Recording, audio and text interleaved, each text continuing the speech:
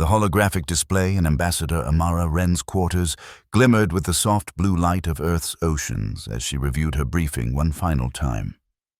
Pacific Unity Station hung in geosynchronous orbit above the vast blue expanse that had once divided humanity but now served as the namesake for their unity. Through the viewport, she could see the distant silhouettes of alien vessels. Over 30 different species had diplomatic missions aboard the station, each with their own interests, alliances, and agendas. "Ambassador, your transport to Kaitos departs in 30 minutes," the station's AI informed her. "The diplomatic corps is assembled in Bay 7. "Thank you," Amara replied, smoothing down her formal uniform. At 32, she was the youngest Chief Earth delegate ever appointed to a Union-level summit. Her dark hair was pulled back in a neat bun, and her keen brown eyes reflected both intelligence and the weight of responsibility. The appointment had come as a surprise, a pleasant one, but a surprise nonetheless. Her comm unit beeped with an incoming message from Earth's Department of Interstellar Relations. Secretary General Tohida's stern face appeared. "Ambassador Wren, the Council has forwarded the final negotiation parameters. I've highlighted the non-negotiable points in red. Remember, the Zircon delegation will try to undermine our position on the Proxima trade routes. They've been lobbying for Earth's removal from the Council for months." "I understand, Secretary General." Amara nodded. "We'll maintain our position." "Good. The Zircon believe us to be overly dependent on our technology and communication networks. They see it as a weakness. Prove them wrong. I expect daily reports." The transmission ended before Amara could respond. She sighed, downloading the updated briefing to her neural interface. The familiar tingle of data syncing with her mind's augmentation was reassuring.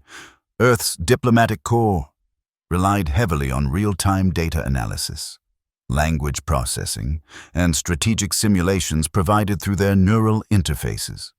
Without them, navigating the complex web of interspecies politics would be exponentially more difficult. A few minutes later, Amara stood before her team in the departure bay. Lieutenant Vega, her security chief, stood ramrod straight in his military uniform, dark eyes scanning every corner of the room for potential threats. His hand never strayed far from his sidearm, despite weapons being largely ceremonial in diplomatic settings these days.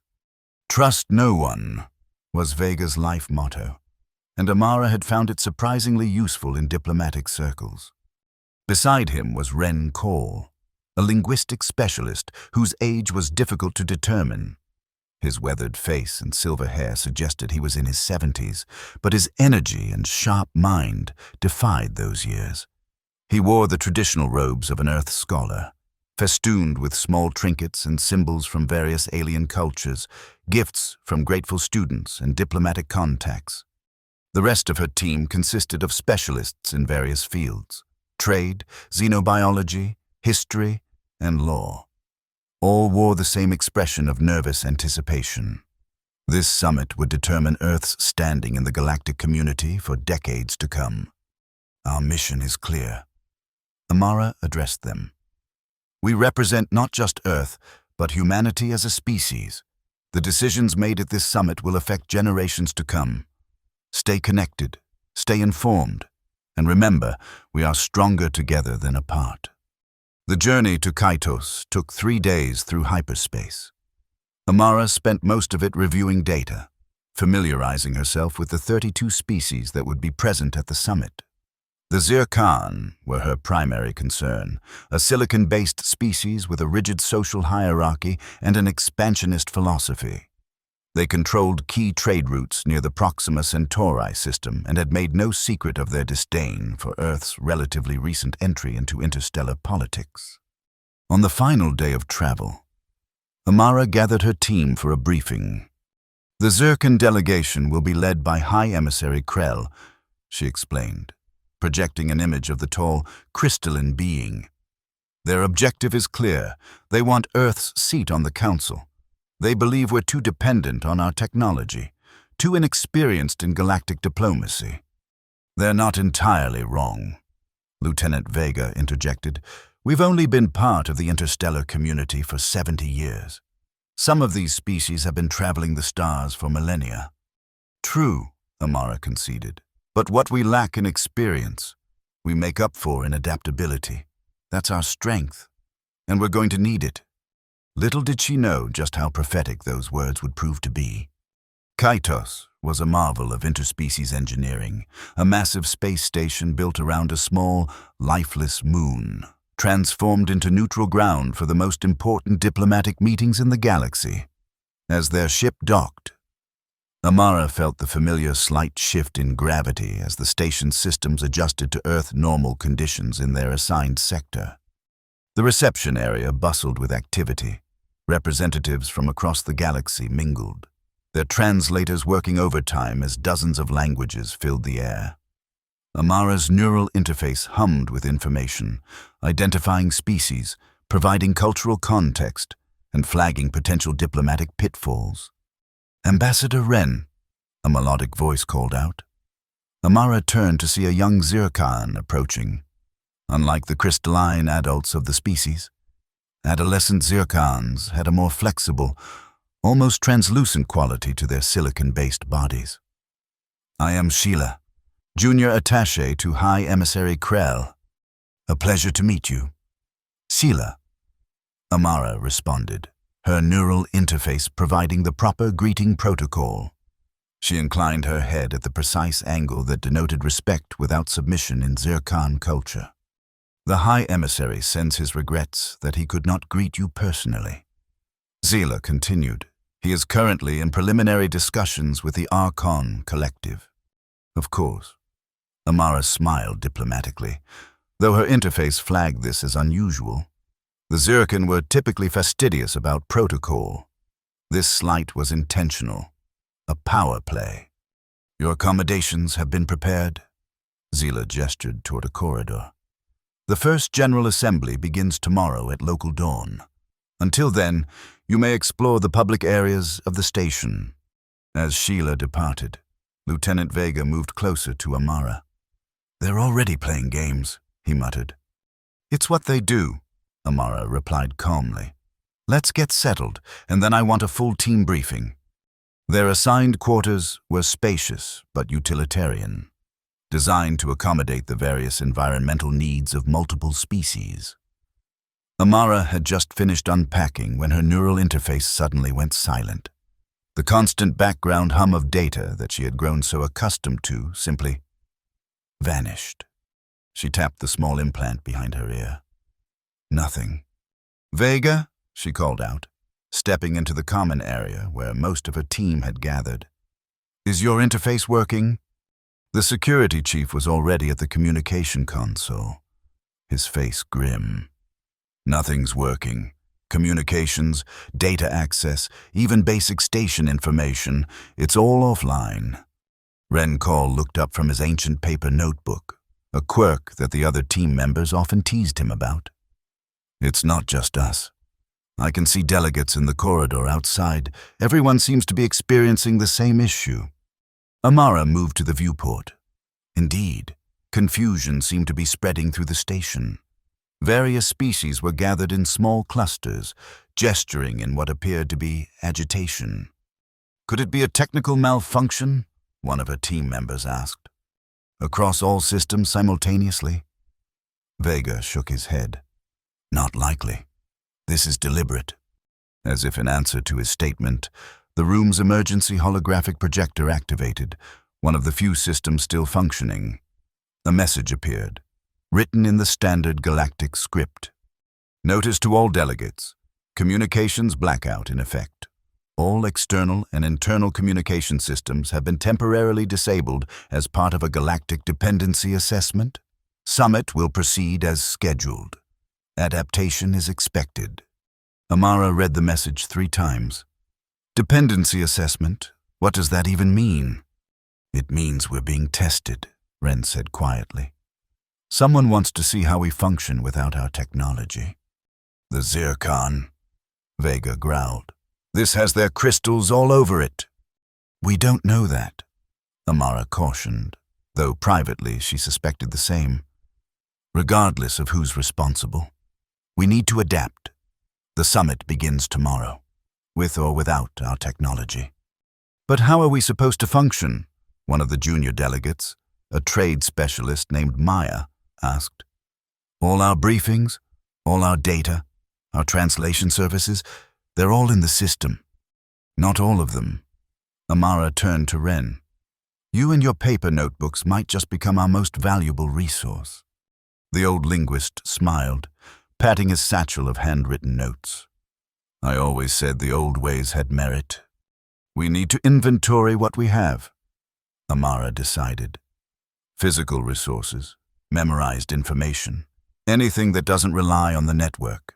And we need to reach out to other Earth delegations on the station, see if they're experiencing the same issues. And if they are, Vega asked. Amara straightened her shoulders. Then we adapt. We show everyone that humanity doesn't need technology to be effective diplomats. As they soon discovered, the blackout was indeed universal. Every Earth delegation on Kaitos had lost access to their neural interfaces and communication systems. Even more concerning, they couldn't contact Earth for instructions or support. That evening, Amara called an emergency meeting of all Earth representatives on the station. 27 delegates from various Earth nations and colonies crowded into their common area, faces etched with concern. This is a deliberate attempt to undermine us, a delegate from the Mars colony insisted. We should protest, demand that the summit be postponed until communications are restored. And confirm exactly what they think about us, Amara countered, that we're helpless without our technology? What do you propose instead? Ambassador Ren asked a representative from the African Union, her voice skeptical but curious. Amara took a deep breath.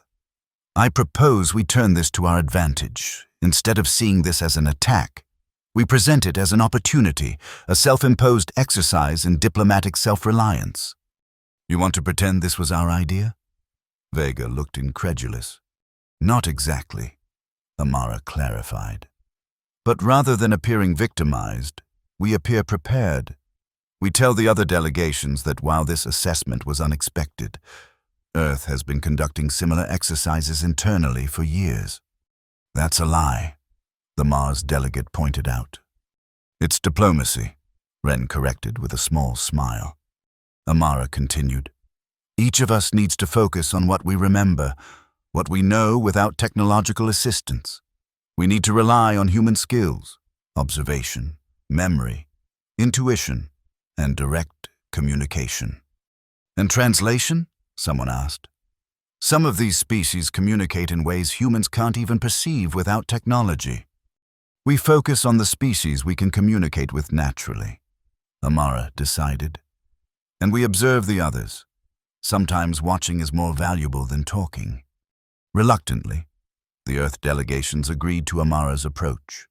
They would present a unified front, Earth diplomats embracing the galactic self-reliance simulation as an expected challenge rather than a crippling setback. As the others filed out, Ren lingered behind. Clever approach, Ambassador, but the Zir Khan won't be fooled.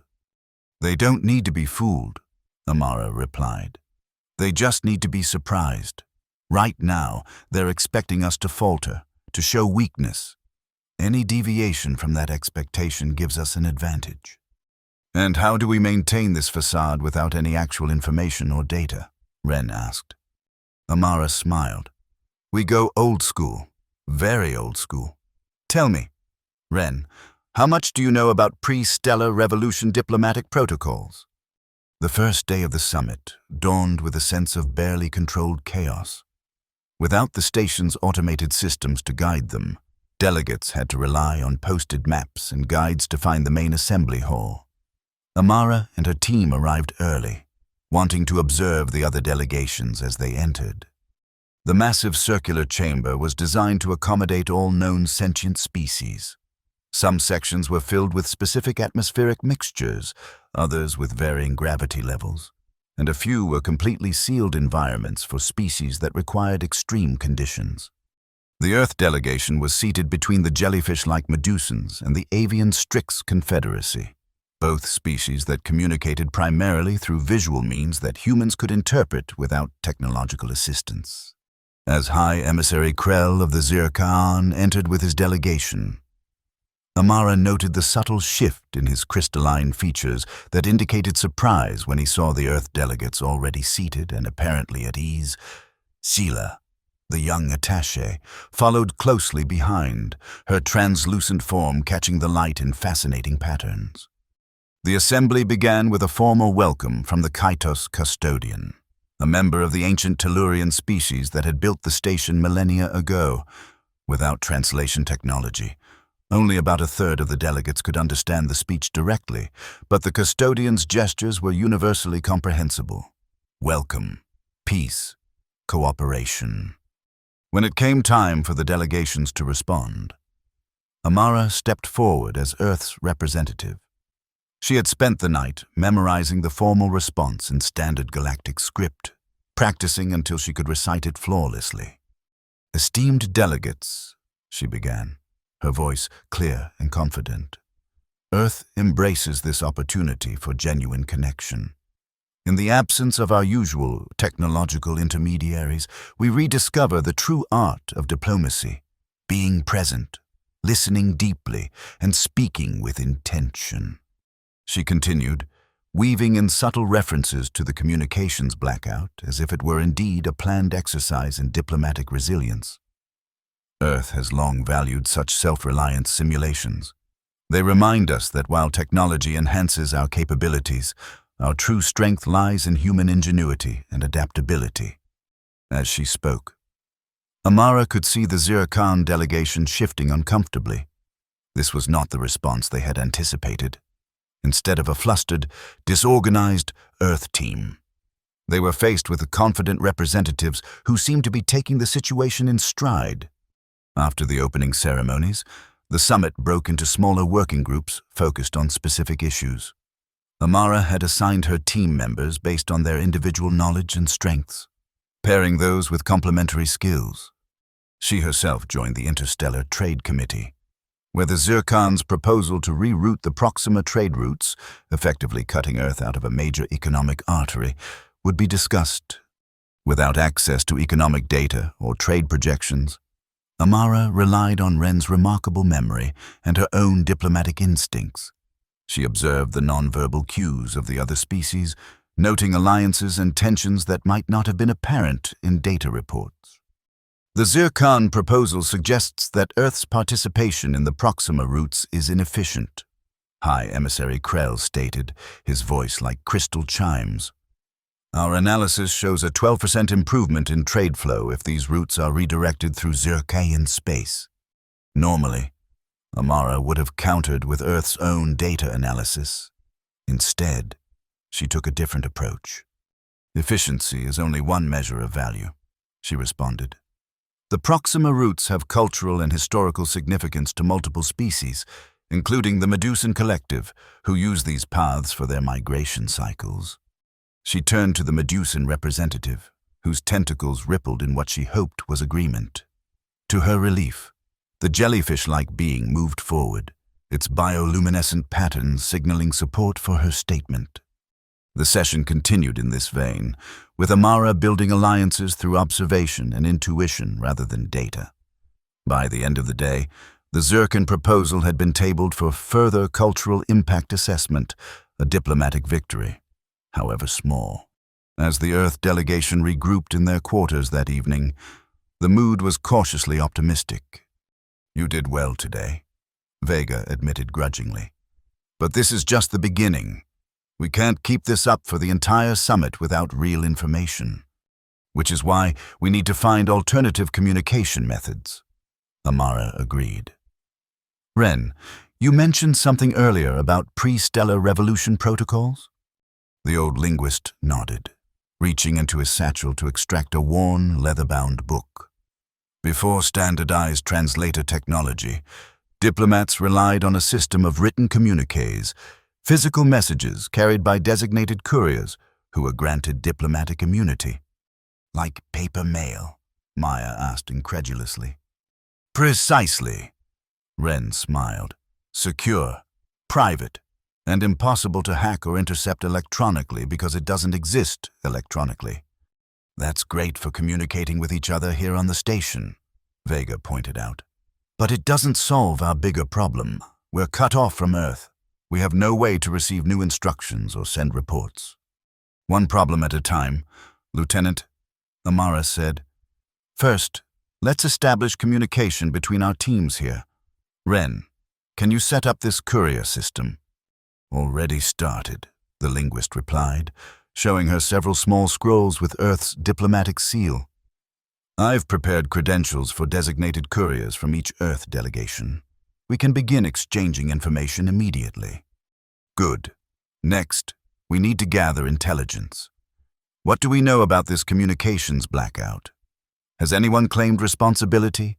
Are any other species affected differently than we are?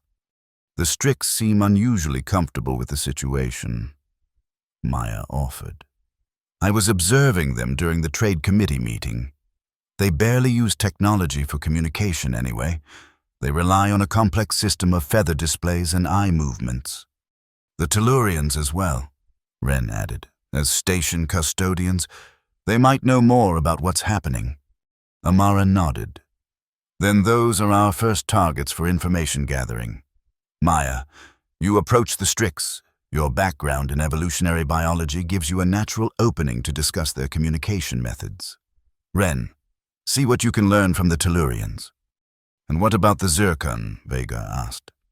If they are behind this, shouldn't we confront them? Not yet, Amara decided. For now, we observe and gather information, if they are responsible. The last thing they'll expect is for us to be functioning effectively. Let's use that surprise to our advantage. As the days passed, the Earth delegation settled into a new rhythm. Without their neural interfaces and data systems, they relied on human observation, memory, and Ren's courier network to share information between Earth teams. Amara found herself developing new skills, memorizing faces, names, and key points from meetings, observing body language and environmental cues that she might have previously ignored in favor of data analysis. The Zircon delegation grew increasingly frustrated as their attempts to undermine Earth's position failed to gain traction. Amara had successfully built a coalition of species whose trade interests aligned with Earth's, all without access to the usual diplomatic tools. On the 5th day of the summit, a breakthrough came from an unexpected source. Zila, the young Zircon attaché, approached Amara as she was taking a rare moment of solitude in one of the station's observation lounges. Ambassador Ren, the crystalline being said, her form shifting nervously. May I speak with you privately? Amara gestured to the empty lounge. It appears we already have privacy. Zila moved closer, her voice dropping to a whisper. Your adaptation to the communications blackout has been impressive. High Emissary Krell is most displeased. I'm sorry to hear that. Amara replied carefully. Earth values the opportunity to demonstrate our diplomatic flexibility. It was not meant to be an opportunity, Zila said, confirming what Amara had suspected. The communications interruption was orchestrated by the Zircon Diplomatic Intelligence Division. It was meant to prove Earth's dependency on technology, and thus your unsuitability for Council membership. Amara kept her expression neutral, though internally she felt a surge of vindication. And why are you telling me this, Zila? The young Zircon's form rippled with what might have been embarrassment. Because it was wrong. Many of us younger Zircon disagree with the traditional views of Earth. Your species' adaptability is not a weakness. It is a strength that many of us admire. I appreciate your honesty, Amara said. But without proof, this information has limited value. I can provide proof, Zila replied. The signal-blocking technology is housed in a maintenance section near the Zircon quarters. It affects all species, but the Zircon delegation has special devices that allow them to maintain contact with their home world. This was valuable intelligence indeed. Why help us? Amara asked directly. Zila's crystalline structure shifted in what Amara had come to recognize as the Zircon equivalent of a psi. Because the future of the galaxy should not be determined by those who fear change and difference. The old ways are not always the best ways. After Sheila departed, Amara immediately sought out Lieutenant Vega. The security chief's expression darkened as she relayed the information. "So we were right," he growled. "The Zircon are behind this. We should expose them immediately. Demand that the technology be disabled." "Not yet," Amara cautioned. "We need to be strategic about this. If we simply expose them, it becomes a he said and she said situation. We need to use this information to our advantage." "How?" "By continuing to excel despite their interference," Amara explained, "and by preparing for the final assembly address. That's our moment to change the narrative completely." The summit was scheduled to conclude with a final assembly where each major delegation would present their vision for galactic cooperation. It was traditionally a ceremonial affair, but Amara saw it as their opportunity to reframe Earth's position in the interstellar community. "We need to prepare an address that acknowledges the communications blackout directly, but from a position of strength, not victimhood," she told her team. "And we need to continue building alliances that will support us when we finally do confront the Zircon." The next few days were a whirlwind of activity. Through Wren's courier network, Amara coordinated with other Earth delegations, ensuring they presented a unified front. She cultivated relationships with key species, particularly those who had also adapted well to the technology restrictions.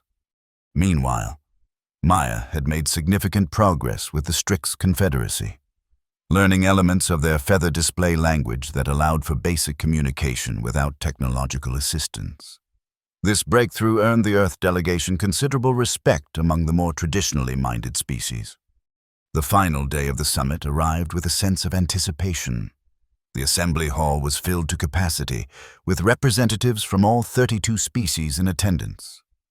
The Zircon delegation sat prominently near the central speaking platform, High Emissary Krell's crystalline form gleaming under the chamber's lights. When it was Earth's turn to address the assembly, Amara stepped forward without notes or technological aids.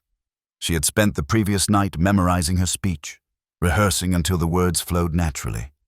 "Esteemed delegates of the Galactic Union," she began, her voice clear and confident.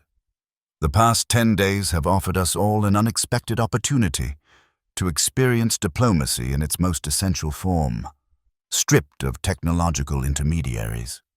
She paused, allowing her gaze to sweep across the assembly, lingering briefly on the Zircon delegation. "Some might view the absence of our usual communication systems as a limitation. Earth sees it differently. We see it as a reminder of what truly matters in diplomatic relations: understanding, empathy, and the willingness to adapt." Amara continued, weaving a narrative that reframed the communications blackout not as sabotage, but as a valuable lesson in resilience. "In the absence of our data networks, we have rediscovered the art of direct observation. Without our translation matrices, we have found new ways to communicate across species boundaries. Without constant contact with our home world, we have learned to trust our own judgment." She could see the Zircon delegation shifting uncomfortably, but she pressed on. "Earth proposes that this galactic self-reliance exercise become a regular feature of Union activities, not as a replacement for our technological tools, but as a complement to them, just as a warrior who relies solely on weapons may falter when disarmed. A diplomat who depends entirely on technology may fail when that technology is compromised." Murmurs of agreement rippled through the assembly. Several species, particularly the Strix and Tellurians, signaled their approval. "Furthermore," Amara continued, "Earth proposes the establishment of a Union emergency protocol, a system of communication and cooperation that can function independently of our standard technological infrastructure." She outlined a plan that incorporated elements from various species' traditional communication methods, including the courier system that Wren had implemented among the Earth delegations. By embracing both technological advancement and fundamental diplomatic skills, we create a union that is resilient, adaptable, and truly inclusive of all member species regardless of their technological development level. As Amara concluded her address, something unprecedented occurred. The Strix delegation, normally reserved and aloof, performed a ceremonial wing display that signified the highest level of respect in their culture. The Medusans followed with a bioluminescent pattern indicating alliance, and soon other species were offering their own signs of support. High Emissary Krell rose from his seat, his crystalline form rigid with what appeared to be anger or frustration. The Earth delegation speaks of resilience while orchestrating a theatrical performance, he declared. They claim to embrace this exercise, yet I suspect they would be the first to demand the restoration of communication systems. Amara met his gaze steadily. On the contrary, High Emissary, Earth is prepared to continue under these conditions for as long as necessary. We have discovered that while our voices may be temporarily muted by technological interference, our message remains clear. She turned back to the assembly. We have learned that true communication transcends technology. It resides in intention, in presence, in the willingness to understand and be understood. The chamber erupted in a cacophony of approval, different species expressing support in their unique ways.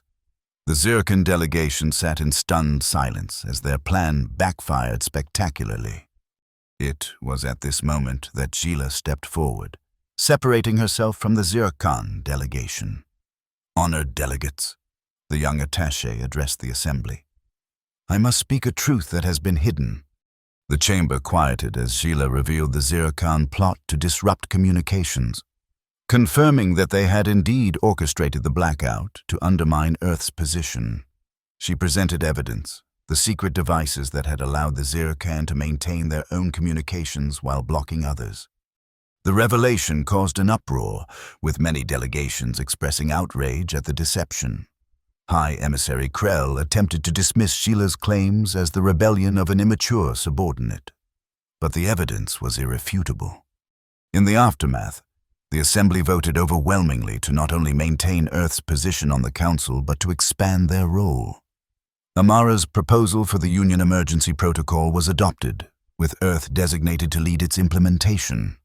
As the summit concluded and communications were finally restored, Amara found herself flooded with messages from Earth, demands for explanations, expressions of concern, and eventually, as the situation became clear, congratulations on her diplomatic victory. Secretary General Tohida's message was particularly gratifying. Ambassador Wren, your handling of this crisis exemplifies the best of Earth diplomacy. Your appointment has been confirmed as permanent. The Council awaits your return for a full debriefing. On the transport back to Pacific Unity Station, Amara sat with Wren and Vega, watching the stars streak by through the viewport. You know, Wren mused, there's a certain irony in all this. The Zircons sought to prove our dependency on technology, and in doing so, they forced us to rediscover skills we had almost forgotten. Skills we'll now be teaching to other species, Amara added. The Union Emergency Protocol will incorporate everything we learned during the blackout. And the Zircon? Vega asked. They've lost considerable standing. Not all of them, Amara corrected. Sela has been appointed as a special envoy to Earth. It seems the younger generation of Zircon sees value in our adaptability. As they continued their journey home, Amara reflected on how much had changed in just a few weeks. What had begun as a crisis had transformed into an opportunity, not just for her career, but for humanity's place in the galactic community. Back on Earth, the story of how their diplomatic team had turned a communications blackout into a diplomatic triumph spread quickly. The Self-Reliance exercise, as it became known, was studied in diplomatic academies across the planet. 6 months later, Amara found herself addressing a new class of diplomatic cadets at the International Academy of Extraterrestrial Relations. Technology is a tool, not a crutch, she told them. The most powerful diplomatic instrument you possess is not your neural interface or your data systems. It's your humanity, your ability to connect, to empathize, to adapt. After the lecture, as she was gathering her notes, a communication officer approached with an urgent message. Ambassador Wren, we've received an unusual transmission. It appears to be from a species we've never encountered before. They're requesting direct negotiations with Earth, specifically with you. Did they identify themselves? Amara asked. Only as the observers. They said they've been monitoring galactic affairs from a distance and were particularly impressed by how Earth handled the recent, what did they call it? Communication challenge. Amara smiled. Perhaps the Zircon had done humanity a favor after all. By forcing Earth to demonstrate its resilience, they had inadvertently showcased humanity's greatest strength to the wider galaxy. Tell them I'd be honored to meet, she replied, and suggest that we begin with direct, face-to-face communication. After all, that's what we do best.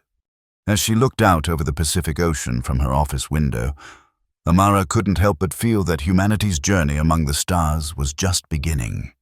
The galaxy was vast and filled with challenges, but as long as they remembered to rely on their uniquely human skills alongside their technology, there was no limit to what they could achieve. The signal interruption that was meant to silence them had only amplified their voice. And now, the galaxy was listening.